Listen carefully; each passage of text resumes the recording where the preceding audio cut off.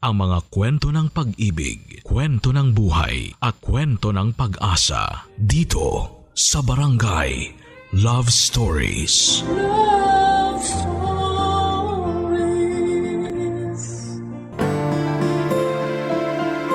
May mga bagay na dapat pagdesisyonan ng talagang kailangang paulit-ulit na pinag-iisipan. May mga bagay naman na kahit na hindi pag-isipan ay mapagdidesisyonan sa pamamagitan ng pakiramdam. Ikaw, kabarangay, ano ang mas lamang sa pagdidesisyon mo? Ang utak mo ba o ang iyong puso? Dear Papa Dudut, ako po si Elias, 27 years old na sa kasalukuyan. Ang akin pong kwento ay nangyari noong ako ay 25 years old pa lamang. Isa akong empleyado ng isang kumpanya sa Makati, taga Caloocan po ako at halos malapit lang sa monumento. Pero kailangan mag-jeep para marating ang LRT. Kaya nung nagtrabaho po ako ay lumipat na din ako sa Makati. Kasama ko po sa bahay ang aking girlfriend na si Miranda. Kaedad ko siya at 2 taon na kaming magkarelasyon noon. Masasabi ko po na napaka-independent ni Miranda at napaka-outgoing din niya. Parang hindi siya sanay pag nasa bahay lamang siya. Mahal ko po si Miranda at alam kong kahit na ganun siya ay ako lang naman ang mahal niya. Sa magulang ko nga po pala ay si tatay na lamang ang naiwan dahil si nanay ay nawala na din noong 18 years old pa lamang ako.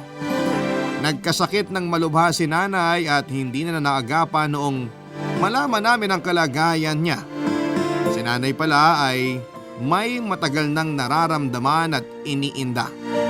Pero tinitiis niya at hindi sinasabi sa amin. Papadudot noong panahon na yon ay 1 taon pa lamang ang aking kapatid na si Simon. Opo, papadudot. Ganun po kalayo ang agwat naming magkapatid. 17 years po. Bata pa si Simon ay parang mas ako ang tatay niya dahil si tatay ay madalas na nasa trabaho. Sobrang close namin ni Simon, kapag hindi siya sumusunod ay kailangan pang sabihin sa akin ni tatay para ako ang magsabi kay Simon at sa kanya susundin. Kahit po noong wala na ako sa bahay ay kailangang tawagan ako ni tatay kapag sinusumpong na naman ng kulit at tigas ng ulo si Simon. Ewan, papadudot. Ganon yata talaga kapag medyo mataas ang IQ ng bata, madalas ay ayaw magpatalo. Matalino po si Simon at sa katunayan ay mula sa preparatory class ay na-accelerate siya kaagad sa grade 1. Okay naman po ang takbo ng mga buhay namin pero nang biglang mawala si tatay dahil sa isang aksidente ay kinailangan kong bumalik ng Caloocan para samahan si Simon. Sinabihan ko si Miranda noon. Una ay medyo hindi siya payag. Pero kalaunan ay umoo na din siya. Hanggang sa doon na kami tumira ni Miranda sa bahay kasama ang aking kapatid na si Simon Papadudut.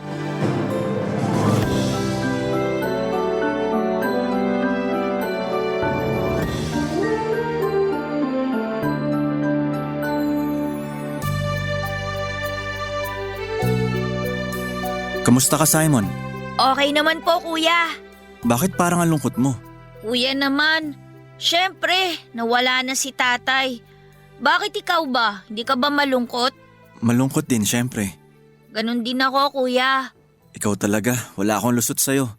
Napakatalino mo talaga. Kuya, mamimiss mo ba si tatay? Syempre naman. Bakit nung buhay siya, hindi ka masyadong umuuwi dito? Ha? Kasi... Okay lang, kuya. Naintindihan ko kung mahirap sagutin. Kasi madami akong ginagawa. Sobrang dami po ba? Ha? Hindi naman. Ibig sabihin, konti lang? Hindi. Ikaw talaga, in-on the spot mo na naman ako. Tanong lang naman po yun. Syempre mahal ko si tatay. Tatay natin yun eh. Kaso ganun ata talaga. Pag dumadami ng responsibilidad, medyo kumukonti ang oras na makita mga importanteng tao sa buhay natin. Ganon po ba yun? Oo. Maiintindihan mo ako pag malaki ka na. Ayoko na yatang lumaki. Bakit mo naman nasabi yan? Ayoko kasing kumonti yung oras ko para sa'yo, kuya eh. Ikaw talaga? Halika nga dito. Ang laki-laki na ng bunso namin. Tapos napakabibo. Kaya si kuya lagi nagpapanik. Kuya! Oh, Hindi po ako makahinga. ay sorry.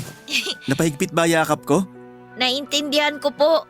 Siguro yung mga yakap mo na hindi nagawa ng ilang taon, pinag-isa nyo na lang kaya po sobrang higpit. Ikaw talaga? Kuya, Oh, hindi na kita niyayakap ha? may gusto lang po akong itanong. Ano yun? Sabi mo, dumadami ang responsibilidad mo. Ano-ano po ba yun? Ha? Basta madami. Ano-ano nga po? Kayo ni tatay. Siyempre pinatigil ko na sa pagtatrabaho si tatay. Kaya ako na sumalo sa mga kailangan sa gastusin. Gaya na pag-aaral mo. Ano pa po? Siyempre sa sarili ko.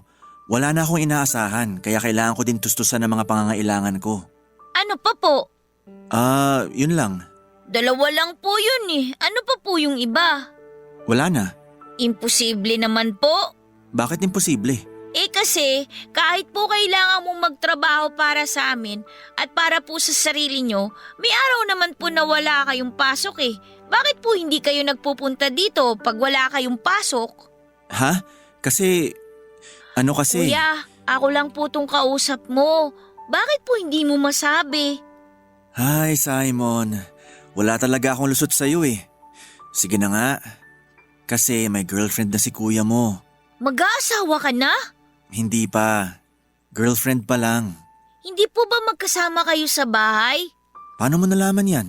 Narinig ko po nung minsang magkausap kayo ni tatay sa telepono eh. Ikaw nakikinig ka sa usapan namin ni tatay Kuya, maliit lang naman ang bahay natin. Maririnig ko talaga si tatay. At saka isa pa, hindi ba malakas talaga ang boses ni tatay? Ikaw kung nandito lang si tatay, malamang napalo ka na sa puwet. Hindi naman po niya ako pinapalo eh. Pero sana nga po, paluin na lang ako ni tatay. Kesa naman wala na siya. Oh, wag ka nang malungkot. Sige po, balik na lang po tayo sa girlfriend mo. Ay bunso, ang hirap mong lusutan. Sige, eto na lang. Nakilala mo na siya, di ba?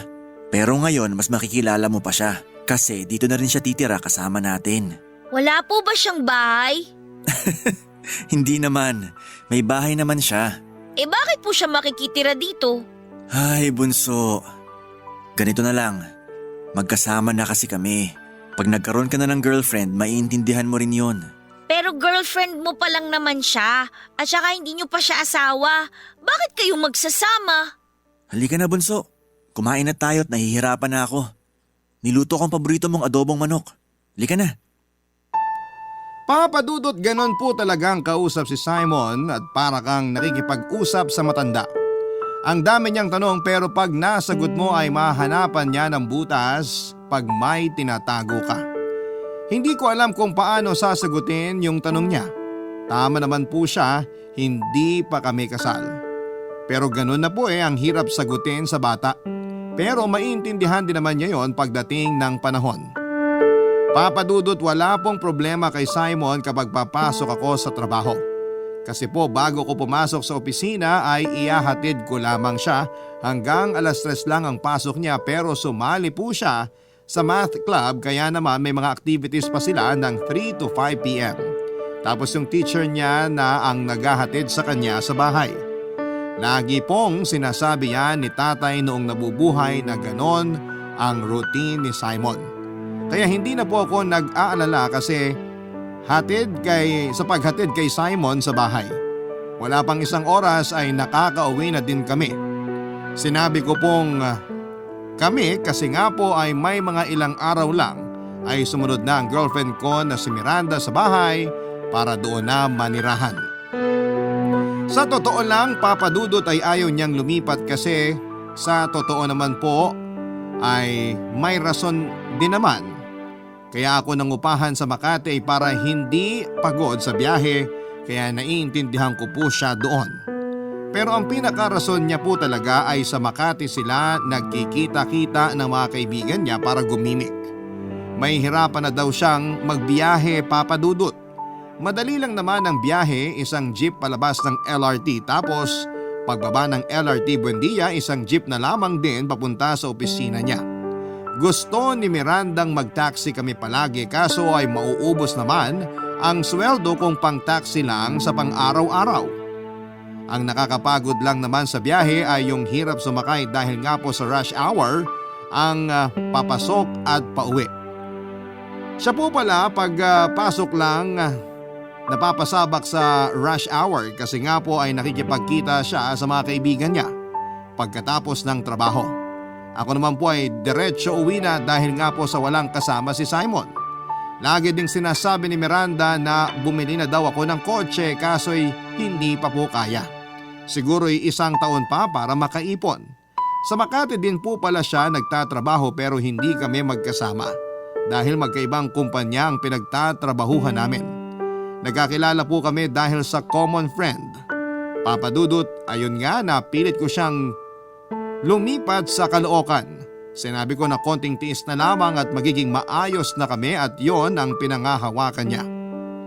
Kaya nung nasa bahay na siya ay madalas siyang mainis dahil may kakulitan si Simon lalo na sa mga tanong. Dahil sa mga malalalim na tanong ni Simon ay napapahiya si Miranda kapag hindi siya makasagot.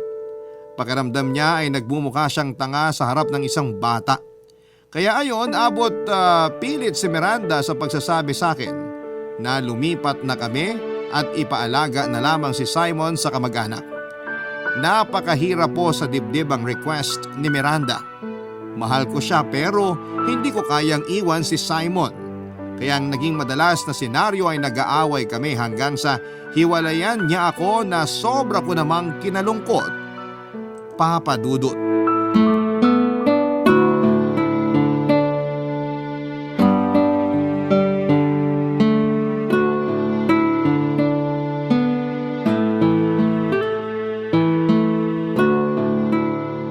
Kuya, okay ka lang?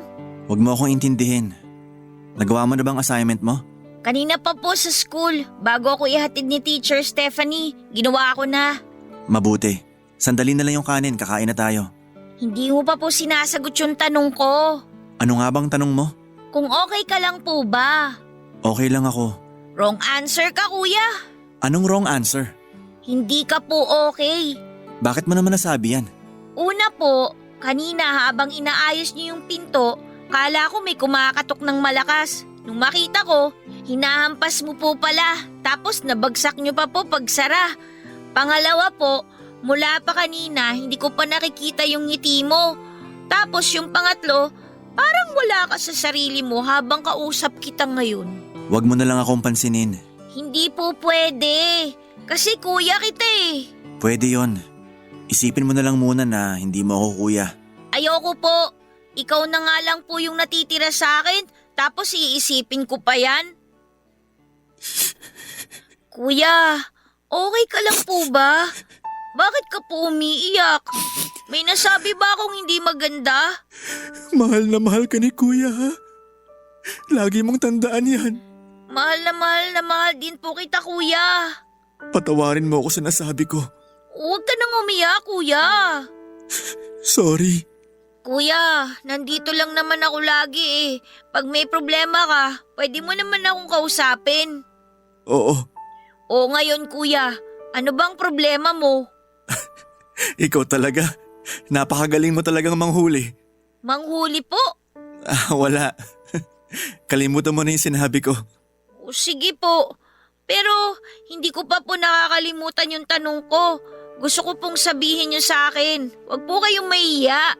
Isipin mo po na ako ang kuya. Parang gano'n na nga eh. Ngayon, bago niyo po sagutin yung tanong ko, gusto ko pong sabihin na sana, sabihin niyo po yung totoo ha. Opo, Okay, anong problema? si Miranda. Si Ate Miranda nga pala, nag-overtime po ba siya? Hindi, Nasaan po siya? nag-away kami kanina eh. Po? Bakit kuya? Inaway mo ba siya? Hindi ko gagawin yun. Ibig pong sabihin siyang nang away sa inyo? Ha? Parang ganon. Ganun na nga po, huwag ka na nga pong magpaligoy-ligoy. Wow naman ah, yung salita mo, paligoy-ligoy. Nasa 40 years old ka na ba? Bakit po? Salita po yun, kaya kahit bata pwedeng gamitin yun. Siyempre, talo na naman ako dyan sa dahilan mo. Okay lang po yan. Sige po, tuloy niyo po yung kwento niyo. Bakit ka po niya inaway? Huwag na siguro natin pag-usapan yung dahilan. Kuya, hindi po natin makikita yung bunga kung hindi natin malalaman ang ugat. Ano? Saan mo ba natututunan yung mga sinasabi mo? Nakalimutan mo na po ba na nag-aaral ako? Tinuturo yan sa eskwelahan? Hindi po. Pero tinuturo po yung pag-iintindi kaya naiintindihan ko po yung mga ibig sabihin ng salita. Oo, edi talo na naman ako sa diskusyon mo. So, kuya, ano nga po yung dahilan? Sige, magiging open ako sa'yo. Sasabihin ko sa'yo, pero huwag ka magagalit kay Ate Miranda mo ha. Bakit naman po ako magagalit sa kanya? Ano nga po ba talaga yung dahilan? Hindi ano.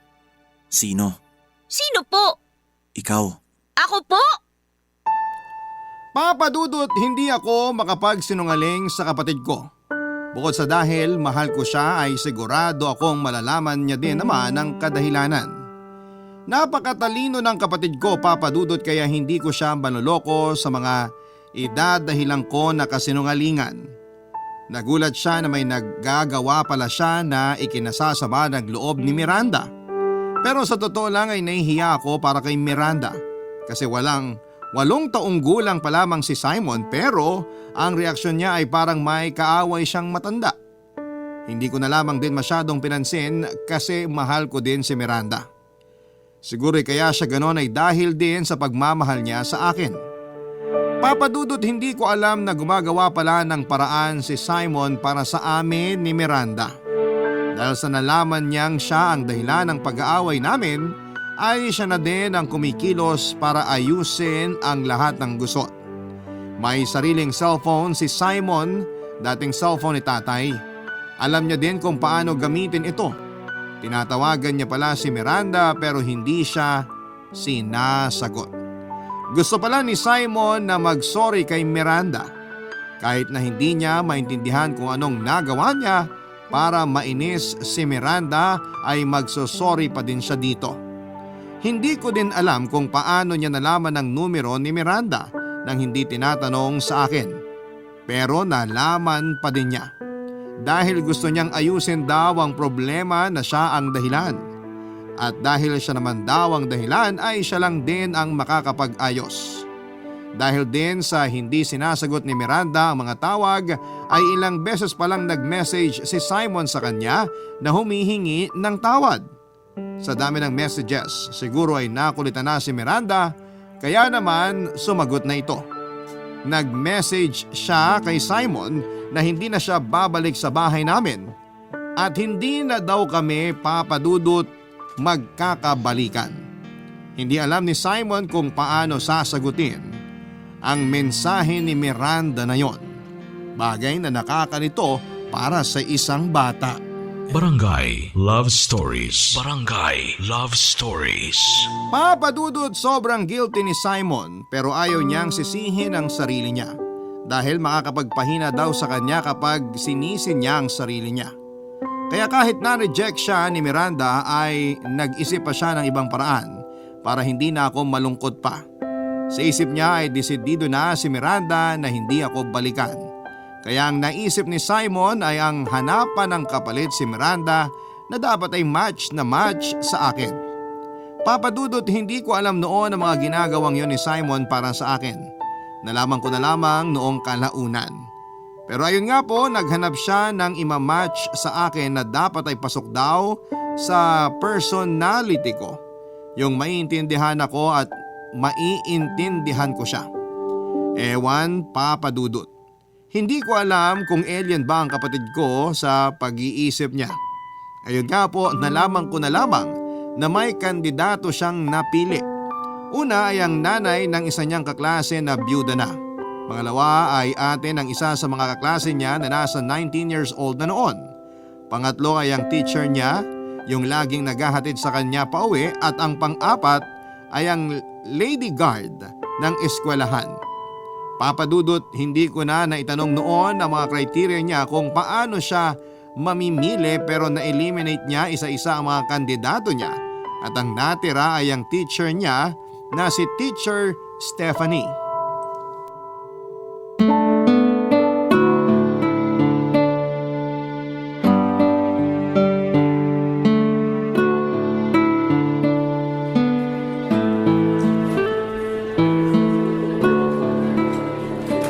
Kumusta ang lesson ngayon? Ang dami mong na-share ha. Kaya favorite ka dito sa math club eh. Favorite ko rin naman po kasi ang math.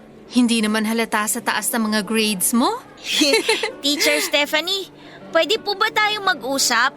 Oo naman, kagawa ka na ng assignment mo?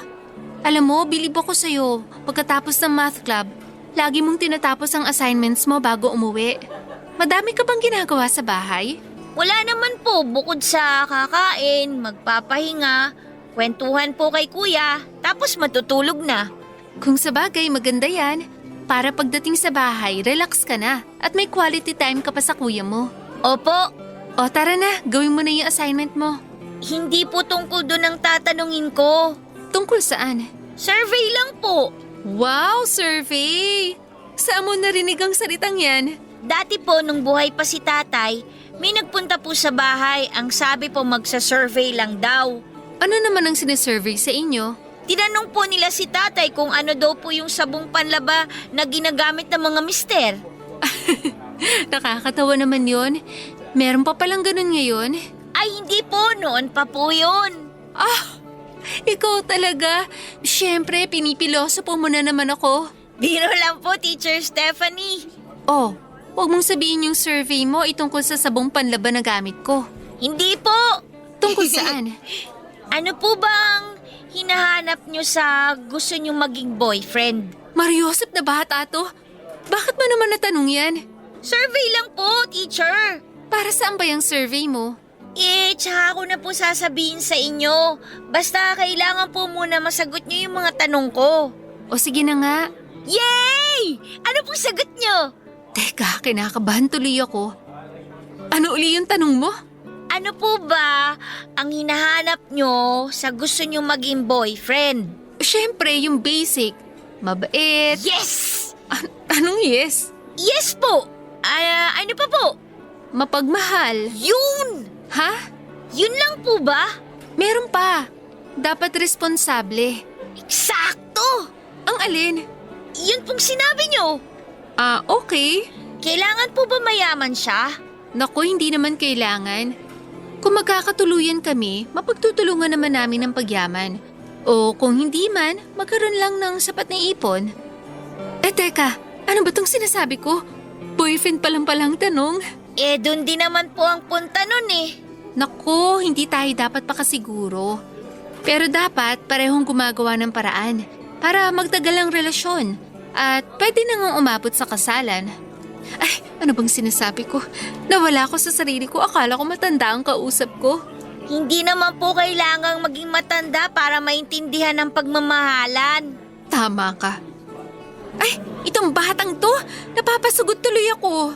Opo, kasi po, survey nga po ito. Oo nga pala. Ay, oo nga pala. Ano ka ba? Pero tama po ang mga sagot niya, Teacher Stephanie. Tama? Paano naging tama? Ano ba ang batayan? Si Kuya po. Si kuya mo. Ang ibig ko pong sabihin, si Kuya po baka pauwi na. Oo nga pala. Halika, idadaan na uli kita sa inyo. Salamat po Itong batang to, pareho lang naman tayo ng daanan. Kaya walang problema kahit ihatid pa kita o kahit sunduin pa. Tsaka di ba sinabi ko sa'yo na ako ang dapat magpasalamat kasi may kasabay ako pa uwi? Opo, pero ibig ko pong sabihin, salamat po sa pagsagot sa survey. Naku, halika na nga at nakakatakot yung survey mo. Nakakabilib talaga ang kapatid ko, Papa Dudut. Napapayag niya si Teacher Stephanie niya na sagutin ang survey niya. Kung sa bagay ay sobrang close naman kasi ng dalawa. Buhay pa si tatay ay lagi niyang ibinibida na paborito si Simon ng teacher niya at yun nga po ay si Teacher Stephanie. Tuwang-tuwa naman ang kapatid ko noon dahil sang-ayon daw sa napag-aralan niya ay 99% match kami ng teacher niya. Dahil una ay mabait daw ako at hindi lang mabait kundi sobrang bait. Pangalawa ay mapagmahal at proven na daw po sa akin yon. Kasi mahal ko daw sila ni tatay at minahal ko daw ng sobra dati si Miranda. Pangatlo ay responsable daw ako kasi kahit may girlfriend na daw ako ay hindi ko siya pinabayaan at higit sa lahat ay hindi mayaman. Ako daw po yon. Pero dahil daw sa masipag ako ay aabot naman sa magiging maayos ang buhay ko at ng mapapangasawa ko. Lahat po yun ay naisip ng kapatid ko, Papa Dudut. Hanggang sa isang araw ay sinagawa na ni Simon ang plano niya. Dahil alam niyang maaga kung uuwi noon, ay sinet niya ang araw na yayayain niya si Teacher Stephanie niya. Nung una ay muntik na hindi pumayag si Teacher. Sinabi na lamang ni Simon na gusto niyang ipagyabang si Teacher Stephanie sa kuya niya dahil favorite student siya. Nagdalawang isip ito kung sasama, Papa Dudut.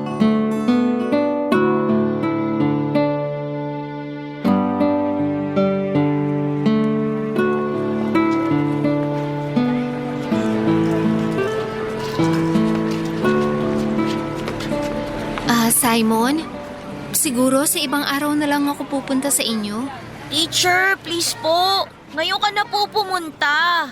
Bakit ngayon? Kasi po, ngayon lang po uuwi ng maaga si kuya para po maabutan niyo po. May atraso ba ako sa kuya mo?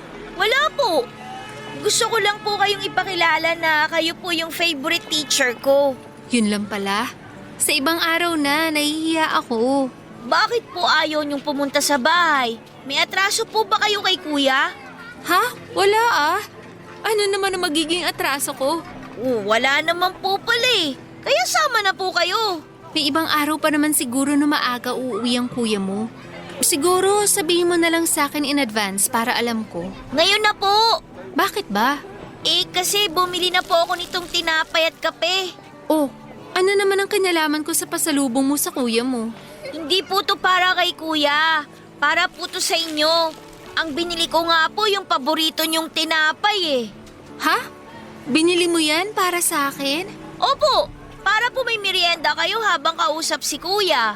Itong batang to, bakit nag-abala ka pa? Siyempre po, bisita namin kayo Siguro, ibigay mo na lang sa kuya mo yan. Bakit po ayaw nyo? Hindi naman sa ayaw. Paborito ko nga yan, di ba? Ayaw nyo po bang binili ko? Hindi ganon, Simon.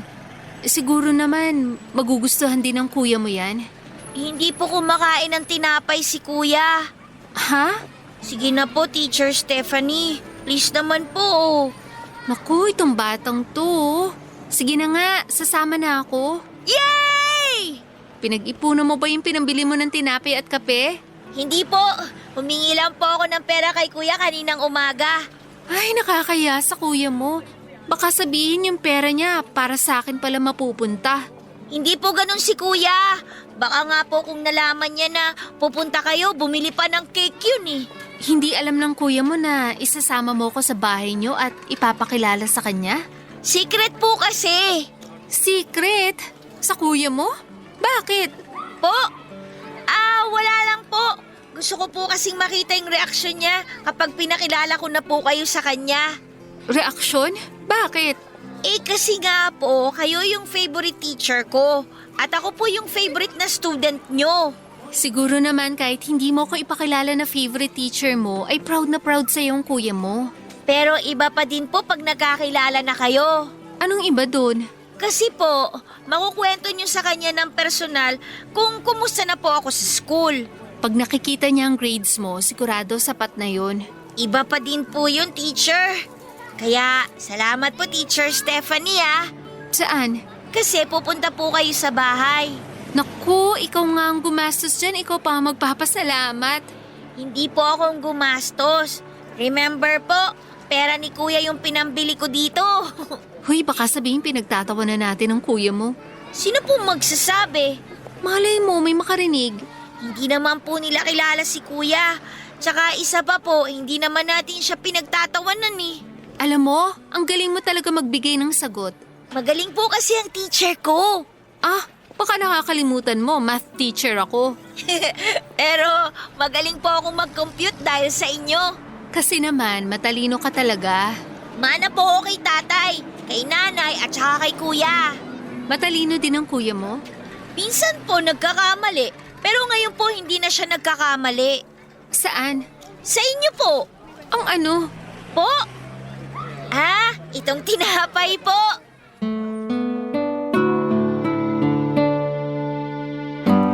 Papadudot na kumbinsi po ni Simon ang teacher niya na magpunta sa amin. Yun palang hinihingi niya na pera na akala ko ay gagamitin niya sa project ay para pala ipambili niya ng tinapay na makakain ng bisita namin na si Teacher Stephanie. Pagkarating sa bahay nila Simon ay hinanap niya agad ako. Ang alam niya ay mauuna akong makakauwi kasi medyo mahuhuli ako dahil bumili pa ako ng cake noon. Agad na tumawag si Simon sa akin at hinahanap ako at sinabi na umuwi ako kaagad dahil may sorpresa siya. Kaya sinabi ko din naman sa kanya na may sorpresa ako. Pero hindi po ang cake ang sorpresa ko kay Simon kundi si Miranda. Papadudot kahit na 1 buwan na kaming hindi nagkakausap ni Miranda dahil sa kakaiwas niya. Pero gaya ni Simon ay napapayag ko naman na pumunta sa bahay si Miranda. Medyo maayos ng kausap si Miranda. Masaya siya nang sagutin niya ang telepono. Noong sinabi kong iniimbita ko siya sa bahay ay mabilis siyang sumagot ng oo. Pupunta daw siya. Kaya masayang masaya ako noong araw na yon. Sinabi din ni Miranda sa akin na huwag ko na siyang sunduin. Siya na lamang daw ang pupunta sa bahay at doon kami magkita. Hindi na ako nangulit pa na susunduin ko na lamang siya kasi baka mamaya ay sumama na naman ang loob niya kapag kinulit ko pa. Kaya pumayag na lamang ako sa sinabi niya na sa bahay na magkita. Kaya nang dumating siya ay gano'n na lamang ang gulat ni Simon kay Miranda, papadudot. Barangay Love Stories. Barangay Love Stories. Opo, papadudot. Naunang dumating sa bahay si Miranda at nagulat si Simon kasi nagtataka ito kung bakit nandun si Miranda. Samantalang sinabi na nito noon na hindi na kami magkakabalikan pa. Masayang masaya si Miranda nang dumating at may kasama itong isang lalaki na hindi naman niya ipinakilala. Good mood si Miranda kasi kinumusta pa si Simon.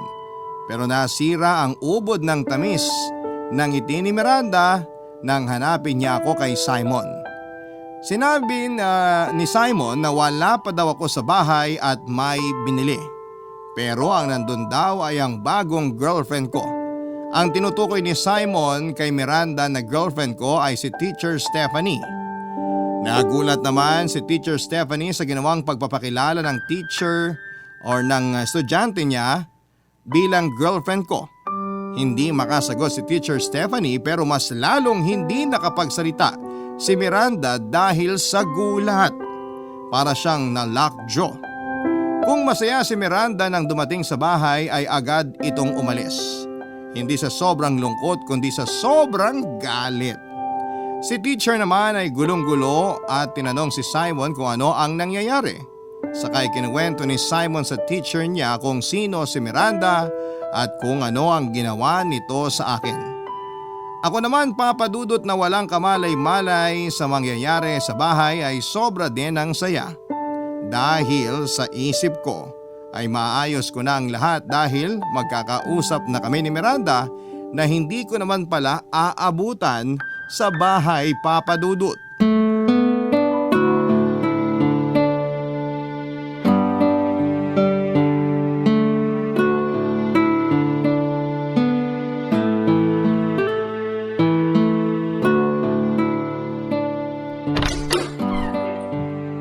Simon, nandito na ako. Kuya! Kamusta ang araw mo sa school? Okay naman, kuya. Kuya, Si Miranda? Dumating na ba? Teka nga, tatawagan ko. Dumating na siya, kuya. Ah, talaga? Nasaan siya? Nasa kwarto ba? Wala po. Nasaan siya? Umalis na siya, kuya. Ha? Umalis? Opo. Saan daw pupunta? Hindi ko po alam. Walang sinabi? Hindi nagpaalam? Hindi, kuya. Basta na lang po siya umalis eh. Baka babalik. Sandali, tatawagan ko. Kuya, si Teacher Stephanie pala. Ay, good afternoon po. Sorry po, hindi ko kayo napansin. May hinahanap kasi ako eh. Okay lang. Elias po, kapatid ni Simon. Ako si Stephanie. Opo, kilala ko na po kayo. Ha? Bakit? Nako, yung favorite student nyo. Lagi kayong kinukwento. I hope magaganda ang kwento. Palabiro pala kayo, ma'am. Hindi naman. Ay, mamaya na kayo umalis, ma'am ha? Opo kuya, mamaya pa aalis si Teacher Stephanie. May binili kasi akong cake. Hintayin lang natin si Miranda. Kuya? Oh, Kasi... ano? Teka nga, tatawagan ko muna si Miranda. Ma'am, maiwan ko muna kayo sandali. Sige lang.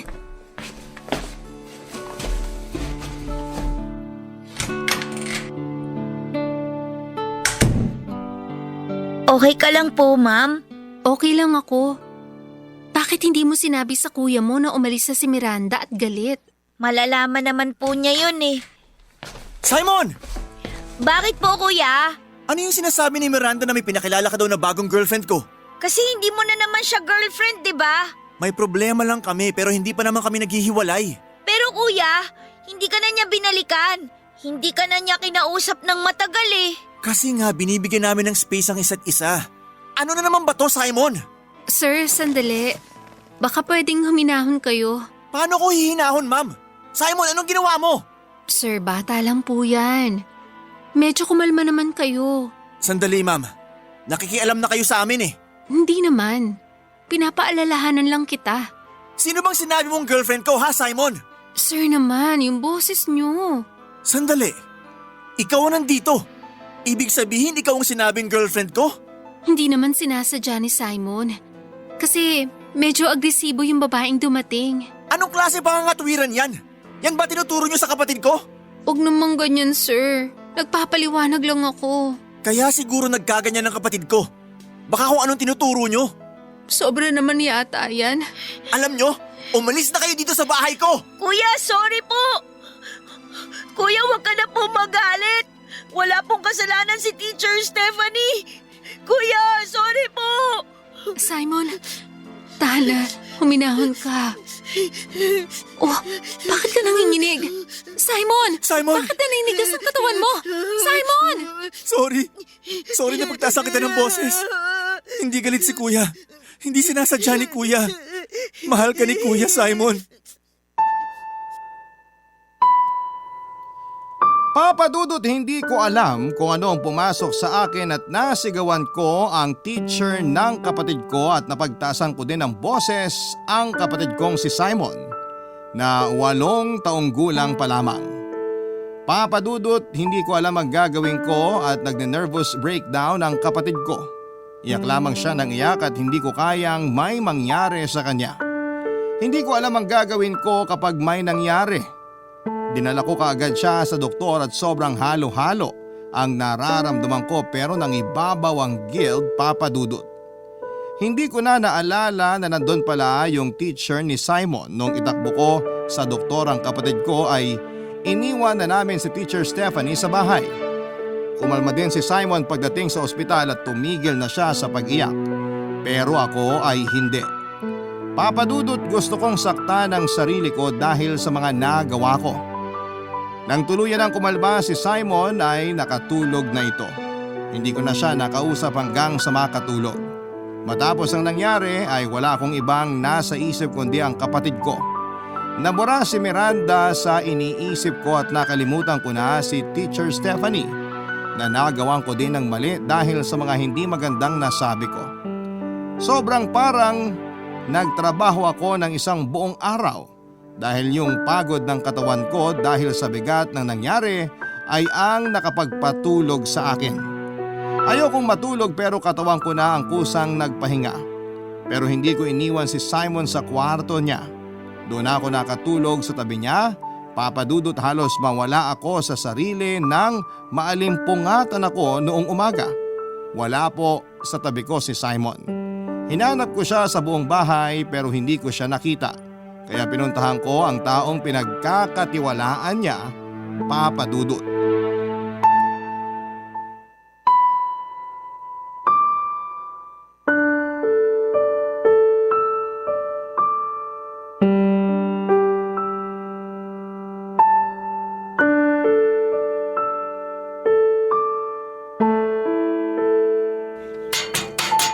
po! Teacher Stephanie! Sino yan? Teacher Stephanie, si Elias po. Elias? Kapatid ni Simon? Opo. Kumusta si Simon? Ma'am, tulungan niyo ako. Nawawala si Simon. Ha? Anong ibig mong sabihin? Pagkagising ko kanina, wala na siya sa tabi ko. Ma'am, tulungan niyo ako. Hanapin natin siya sa mga kaklase niya. May nakita akong directory nila ng buong klase nila. Napuntahan ko na lahat ang nakalista doon pero wala siya sa mga kaklase niya. Diyos ko, saan naman pupunta yun? Dun sa may puno sa likod ng eskwelahan. Dun siya palagi nagpupunta, baka nandun siya. Tara, puntahan natin. Sige po, ma'am. Diyos ko, iligtas mo po si Simon. Kasalanan ko to. Lakasan mo ang loob mo. Ang importante ngayon ay mahanap muna natin siya. Sorry, ma'am. Sa mga nasabi ko sa inyo. Kalimutan mo na yon. Si Simon ang isipin natin ngayon. Ano bang ginawa ko? Diyos ko po. Ang kapatid ko. Minahon ka. Simon. Eto na, nasa eskwelahan na tayo. Sana nandito siya. Manong guard, kasama ko siya. Bilisan natin. Ayun! Doon sa likod ng puno na madalas ang pagpahingahan. Tara na doon! Ayun siya! Simon! Simon! Huwag kang tumakbo, kami to! Si Teacher Stephanie to! Simon! Patawarin mo ako. Parang awa mo na. Sige, ilabas mo lahat ng galit mo kay kuya. Basta patawarin mo ako pag nalabas mo na lahat ng galit mo, ha? Simon, mahal ka naman ng kuya mo. Nabigla lang siya. Hindi naman po ako galit, kuya. Mali po ako kaya ayokong magalit ka. Kaya umalis na lang po ako. Wala kang kasalanan. Ako ang may kasalanan. Wala kayong kasalanan ni Teacher Stephanie mo. Simon, balik ka na sa dati. Walang galit sa'yo. Mahal ka ng kuya mo. Alam ko po. Kaya mahal ko din po si kuya. Gusto ko po masaya siya kaya naghanap po ako ng tao na magpapasaya po sa kanya. Yung hindi po siya aawain tsaka iiwanan. Alam ko yon, Simon. Nabigla lang ako nung makapagtaas ako ng boses. Hindi ko na uulitin yon. Pangako. I love you po, kuya. I love you, Simon. Oh, iiyak na naman kayo. Huminahon na nga kayo at masama sa puso yan. Kuya, huwag ka nang umiyak. Basta hindi ka iiyak, hindi din iiyak si kuya. Hindi na po ako iiyak. Sorry po. Huwag kang mag-sorry. Wala kang kasalanan. Kalimutan na natin yon, ha? Sorry po, Teacher Stephanie. Oh, bakit ka nagsasorry sa akin? Dahil po kasi sa akin nadamay po kayo eh. Pwede ko ba namang iwan ang favorite student ko? Siyempre, nandito lang si favorite teacher mo. Salamat po, ma'am. Mabait na bata si Simon. At lagi magiging mabait na bata yan. Di ba, Simon? Opo, teacher. Tara, umuwi na tayo. Sabado ngayon, may mga delegates na magko-conference mamaya dito. Baka maabutan tayo, hindi man lang ako nakapagbihis. Kahit naman po nakapambahay ka po, teacher, maganda ka pa rin po. Talaga ba? Sige, para hindi mabawasan ang ganda ko, mangako ka na hindi mo na uulitin ang umalis ng walang paalam, ha? Hindi na po. Ma'am, sa bahay na kayo mag-almusal. Naku, wag na. Pero depende. Kung nandun pa yung paborito kong tinapay na binili ni Simon. Nandun pa po yun, pati yung cake. Oh, ano bang hinihintay natin? Tara na, at parating na yung mga delegates. Halika na, Simon. Opo, kuya. Papadudot, hindi ko po talaga mapapatawad ang sarili ko kapag may nangyari kay Simon. Pasalamat talaga ako at may taong sobrang concern kay Simon. Kaya may nakatulong ako sa paghahanap sa kanya. Pero kahit natapos yung kabanatang yon, ay sumasaki pa din sa akin ang guilt kapag naiisip ko ang pangit na nagawa ko noong araw na yon. Kung maaari lang natanggalin sa kalendaryo ang araw na yon para lamang wala nang alaalang bumabalik sa akin. Papadudot na gawa ko ang sigawan ng kapatid ko at ang teacher niya dahil kay Miranda. Na nang malaman ko, kaya pala siya sumagot sa akin na darating siya noong pinapunta ko siya sa bahay ay dahil may ipagyayabang pala siya sa akin. Papadudot, yung lalaking kasama niyang dumating sa bahay noon ay ang bago pala niyang boyfriend. Isinama niya pala upang tuyain ako at ipagyabang ang bago niyang boyfriend.